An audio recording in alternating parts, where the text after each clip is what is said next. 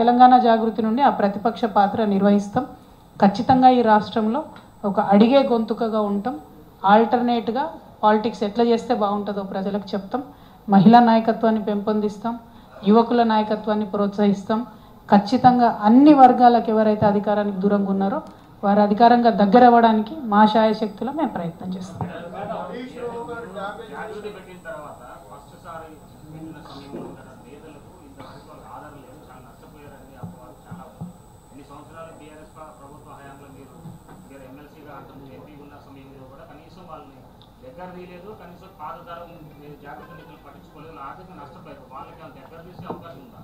అంటే ప్రధానంగా ఒకటి బ్రదర్, మీరు కరెక్ట్ క్వశ్చన్ అడిగారు.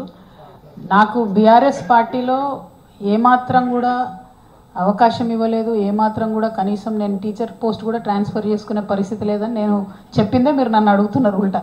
సో నా వెనక ఉన్నాడు ఎవరన్నా మనిషి అంటే వాడిని తీసి పక్కకు పడేసి, నా వెనక ఉండి లాభం పొందిన కొంతమంది ఇలా బీఆర్ఎస్లో ఉండిపోయారు, నాతో రాలే. ఇక ఇక్కడ ఉన్న బ్యాచ్ అంతా కూడా ఎవరికి ₹1 లాభం జరగని వాళ్ళంతా ఇక్కడ ఉన్నారు, ఉద్యమకారులంతా ఇక్కడ ఉన్నారు, బీటీ బ్యాచ్ అంతా అక్కడనే ఉంది, యూటీ బ్యాచ్ అంతా ఇక్కడ ఉంది. సో నేను అనేది ఒకటే, నేను జాగృతి సంస్థలో ఉన్నా లేకున్నా, పార్టీలో ఎంపీగా ఉన్నా లేకున్నా, నా దగ్గరికి ఎవరన్నా వచ్చి ఒక రిక్వెస్ట్ చేస్తే నా శాయశక్తిలో ప్రయత్నం చేశా హెల్ప్ చేయడానికి. అది ఇప్పుడు కూడా చేస్తా, రేపు కూడా చేస్తా. As a politician that is my rule. But నాతో పనిచేసిన జాగృతిలో పనిచేసినటువంటి నాయకులకు, కార్యకర్తలు బీఆర్ఎస్ పార్టీ నుంచి ఎటువంటి ఆదరణ కూడా లభించలేదు. జాగృతి వాళ్ళు అనగానే పక్కకు పెట్టడము, హేళన చేయడం. ఎందుకంటే మేము చేసినటువంటి ఉద్యమాలు మర్చిపోయినారు, మేము ఉద్యమంలో చేసినటువంటి కాంట్రిబ్యూషన్ మర్చిపోయినారు. అధికారంలోకి వచ్చినాక పక్కనున్న వాళ్ళే వాళ్ళకు గుర్తున్నారు. నేను ఎప్పుడైనా దగ్గర తీసా బ్రదర్. ఎమ్మెల్యేలతో అడ్జస్ట్ అయిపోయిన వాళ్ళు వెళ్ళిపోయారు. లేదు మేము జాగృతి ఐడియాలజీకి కట్టుబడి ఉన్నాం అనుకునే వాళ్ళు ఉన్నారు, వాళ్ళు ఇక్కడే ఉన్నారు, నా చుట్టుపక్కలే ఉన్నారు.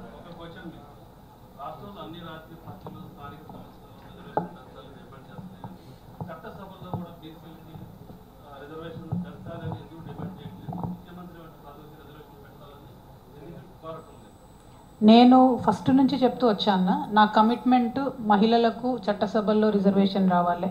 ఆ బిల్లు కోసం కొట్లాడిన సమయంలోనే బీసీలకు చట్టసభల్లో రిజర్వేషన్ రావాలనే కమిట్మెంట్ మేము తీసుకున్నాం, ఓపెన్ డిక్లేర్ చేసాం అది మేము.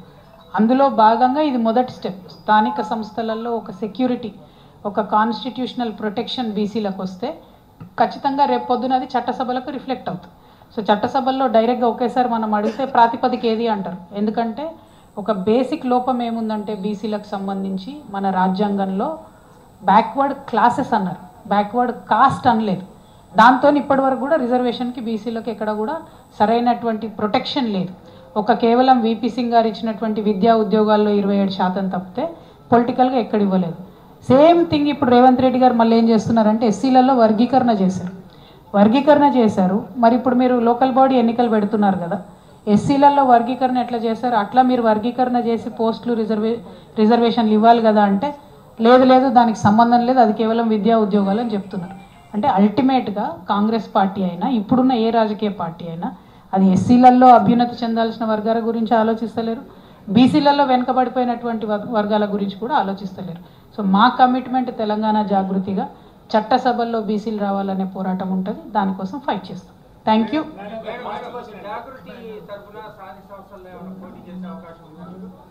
ఓకే, ఇంకొకటి ఏంటన్నా క్వశ్చన్?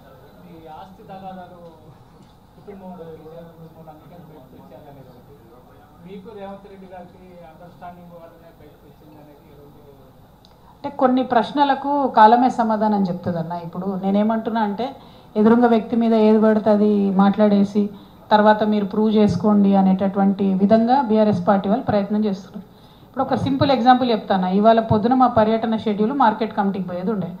సడన్గా పొద్దున్న 6:30కు నిద్ర లేచి బీఆర్ఎస్ వాళ్ళు మేము కూడా మార్కెట్ పోతున్నాం అన్నారు.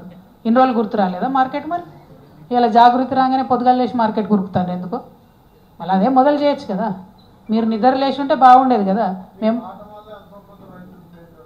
నేను అందుకే తిరుగుతున్నా కదన్నా, నేను రావడం వల్ల ప్రతిపక్ష పార్టీలు నిద్రపోయేటోళ్ళు మేల్కుంటున్నారు, పాలకపక్షం కూడా నిద్రపోయేటోళ్ళు మేల్కుంటారనే ఉద్దేశంతోనే జాగృతి పేరుతో తిరుగుతూ ఉన్నామన్న.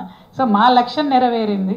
నా మీద ఉట్టిగా ఏదో ఆరోపణలు చేద్దాం అనుకుంటే అది ప్రూవ్ కాదు బ్రదర్, నిలబడదు. నేనేమంటున్నా, నేను చాలా ధైర్యం ఉన్నటువంటి వ్యక్తిని. నన్ను ఒక ఆడబిడ్డను తీసుకెళ్ళి ఎండాకాలంలో తిహార్ జైల్లో పెడితే 6 నెలలు, వేరే వాళ్ళు అయితే డిప్రెస్ అయ్యి ఇంట్లో కూర్చుంటారు. నేను ఎందుకు ధైర్యంగా బయటకు వచ్చి ఫైట్ చేస్తున్నా? నా భుజాల మీద ఒక బరువు ఉంది. అదేంటి? తెలంగాణ ఆడబిడ్డలు భయపడకూడదు. రాజకీయాల్లోకి వస్తే మహిళల్ని తొక్కేయాలంటే 2 రోజులు జైల్లో వేస్తే వీళ్ళు ఇంట్లో పడుకుంటారని అనుకోకూడదు. ఏమన్నా కానీ నేను అనుకున్న లక్ష్యం కోసం ఫైట్ చేస్తానే ధైర్యం ఆడబిడ్డల్లో నింపాలి. అందుకోసమే నేను మొండిగా తిరుగుతున్నా. ఎస్, ఫ్యామిలీకి దూరం అయ్యాం. ఎస్, పొలిటికల్గా టార్గెట్ చేస్తున్నారు. ఇంకా ఎక్కువ చేస్తారు. రేపు పొద్దున మీరు చూడండి, చాలా ఎక్కువ చేస్తారు. చాలా స్థాయి దిగజారి మాట్లాడుతున్నారు. అయినా ఎందుకు ఫైట్ చేస్తున్నా? తెలంగాణ ఆడబిడ్డల బరువు నా భుజాల మీద ఉన్నది. వాళ్ళు డిప్రెస్ కావద్దు, రాజకీయాల్లో మాకు అవకాశం ఉంటుందనే కాన్ఫిడెన్స్ ఆడపిల్లలకు రావాలి. అందుకోసమే ఫైట్ చేస్తున్నా. And I will continue to fight. Thank you. జై తెలంగాణ, జై జాగృతి.